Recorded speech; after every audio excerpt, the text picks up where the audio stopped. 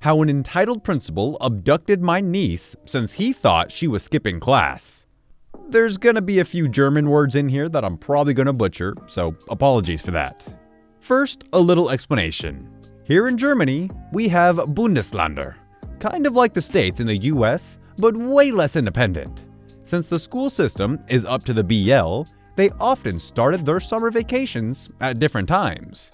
The biggest reason being chaos in the highway system if everybody would want to drive to summer vacation on the same day.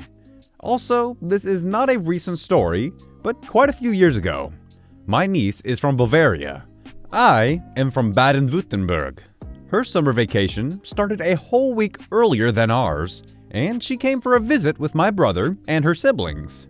It was like in the morning, and we decided to take Dogo for a walk and go to the bakery on the other side of the street of a big school complex. I went in, she stayed outside with Dogo. I came back out, and she was gone. Let us introduce our protagonists. PP, Principal Pissant, me, take a guess, and niece. I decided to call her on the cell phone, and this was the talk. N. Thank God you're calling. PP screaming in the background. How dare you take a phone call while I am talking to you? You are in enough trouble for skipping class. As I later found out, he ripped the phone out of her hand and must have hung up. I realized what must have happened and went into the school to clear up this misunderstanding and go right away to the principal's office, hoping she would either be there or soon be brought by a teacher. Outside, I already hear him screaming at her. PP, stop giving me a fake name and stop lying. You won't get out of here until I have the truth, and I promise you, this will be mentioned in your school certificate. We have grades for general behavior here, and teachers can also write a comment in there. It is something employers care about if you're looking for an apprenticeship, for example. I did not bother knocking and went right in. PP, who are you, and how dare you come in here without knocking? Me, I am this girl's uncle. What the hell do you think you're doing here? She does not go to your school. PP, ha, I guess you were the one on the phone. Nice try, but you will not help her trick her way out of this. I will get to the bottom of this, and I will only release her to her parents. Now get out of my office or I will call the police and have you arrested for trespassing in a school. Schools are protected places, so you get in way more trouble here for trespassing than usual. Me, I will stay right here to protect my niece from your crazy ass, and calling the cops sounds like a really good idea. After all, you have abducted my niece. So I did the call, and just told the police that my niece got abducted and to come to the principal's office ASAP. PP, do you really expect me to believe your fake phone call? Then he started to shout at my niece again, who was in tears by now. Me, stop effing shouting at my niece. You will not address her until the police is here, or I will shut you up.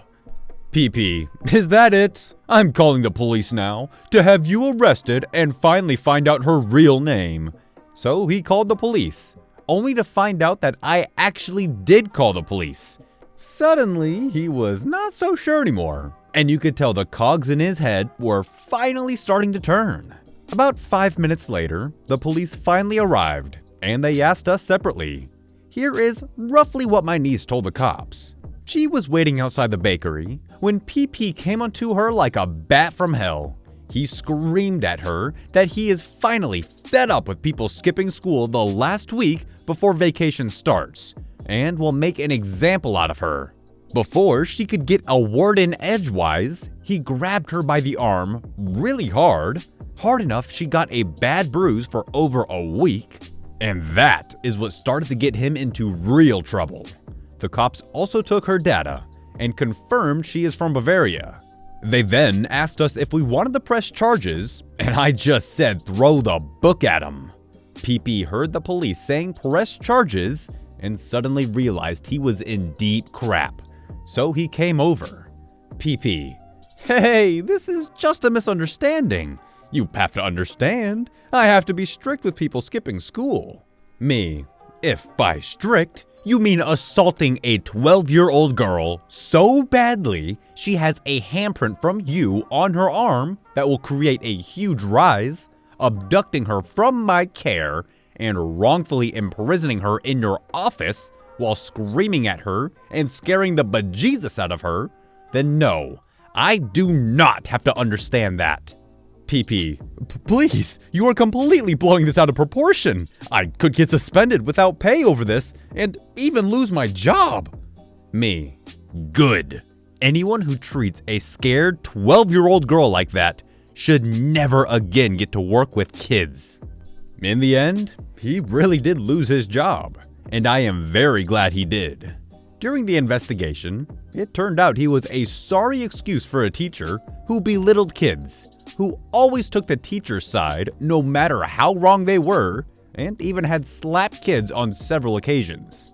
He went to court for assault and attempted abducting, plus wrongful imprisonment, plus a few more bodily harms against students. He lost his job and pension, got 2 years on probation, and 500 hours community service, with the stipulation it could be nothing that involved kids. He was also forbidden to ever work with kids again. Okay, not everyone in this world likes kids, and that's just completely fine.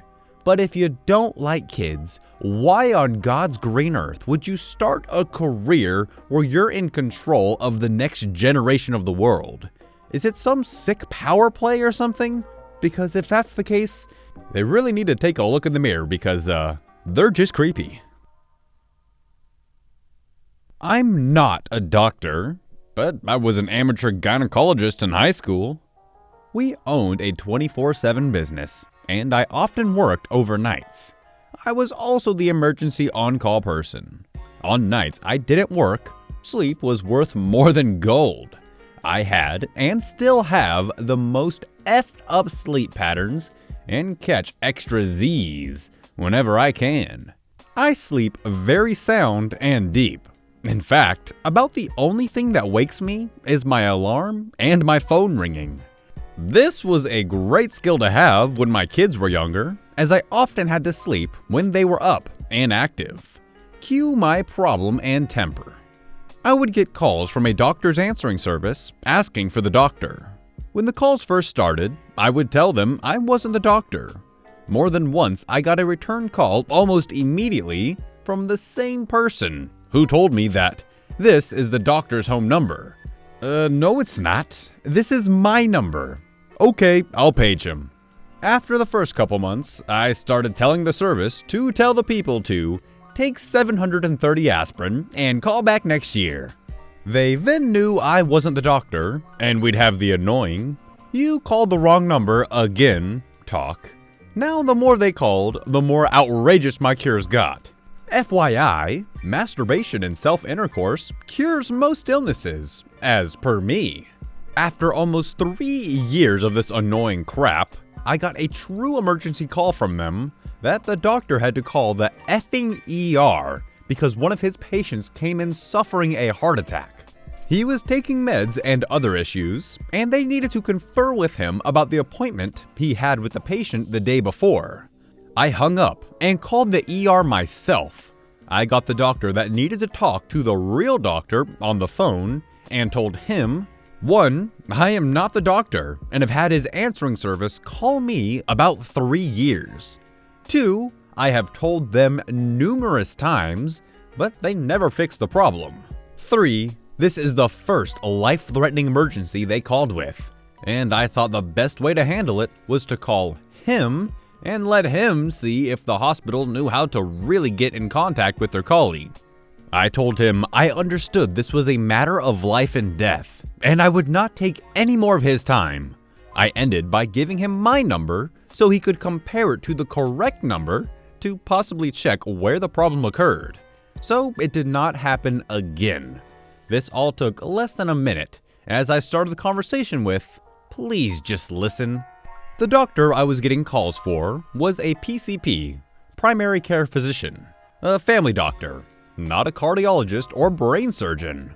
The calls I was getting for him were things like, "Little Johnny has a fever of 100.1. What should we do?" Can you refill my meds? Things like that.